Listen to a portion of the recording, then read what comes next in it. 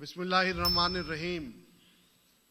সম্মানিত অতিথিবৃন্দ, আমি মাননীয় প্রধানমন্ত্রীর সদয় অনুমতিক্রমে 2026 সালের 21শে পদকের জন্য মনোনীত সম্মানিত গুণীজনের নাম এবং কৃতি কথন ধারাবাহিকভাবে উপস্থাপন করছি।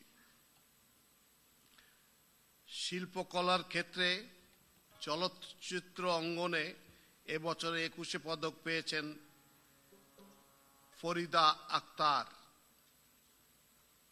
খুব বোঝা যাচ্ছে না বোধহয়, ওরফে ববিতা।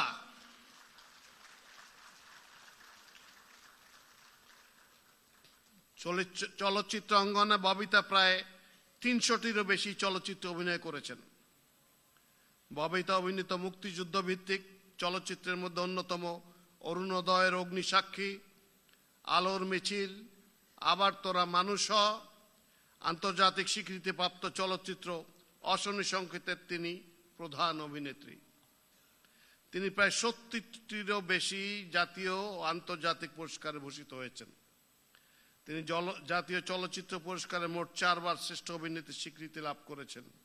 অভিনয়ে গৌরবোজ্জ্বল অবদানের স্বীকৃতি স্বরূপ ফরিদা আক্তার ববিতাকে এবছরের 21শে পদকে ভূষিত করা হলো।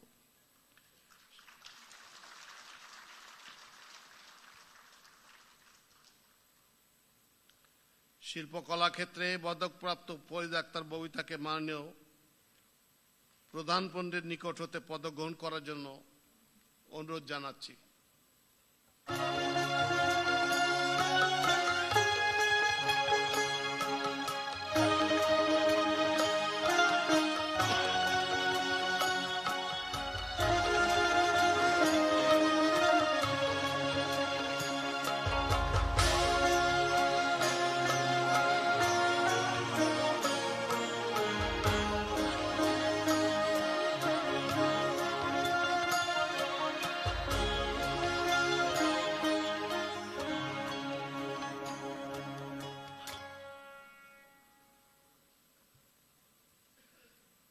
Congratulations, ma'am.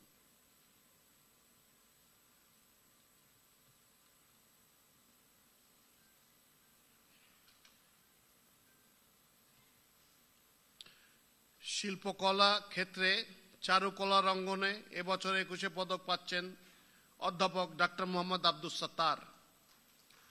অধ্যাপক ডক্টর মোহাম্মদ আব্দুস সাত্তার ঢাকা বিশ্ববিদ্যালয়ের চারুকলা অনুষদের প্রাচ্যকলা বিভাগ হতে শিক্ষা গ্রহণ করে পরবর্তীতে একই বিভাগে শিক্ষক হিসেবে যোগদান করেন।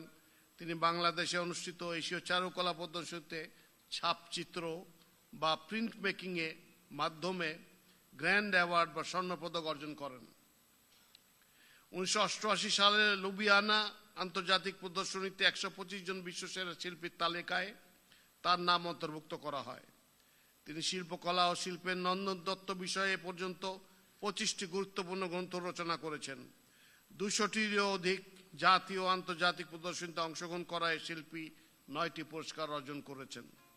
চারুকলায় অসামান্য অবদান ও শিল্প বিষয়ে গবেষণাধর্মী কাজের স্বীকৃতি স্বরূপ অধ্যাপক ডক্টর মোহাম্মদ আব্দুস সাত্তারকে 2026 সালের 21শে পদকে ভূষিত করা হলো। শিল্পকলা ক্ষেত্রে পদকপ্রাপ্ত প্রফেসর ডক্টর মোহাম্মদ আব্দুস সাত্তারকে মাননীয় প্রধানমন্ত্রীর নিকট হতে পদক গ্রহণ করার জন্য অনুরোধ জানাচ্ছি।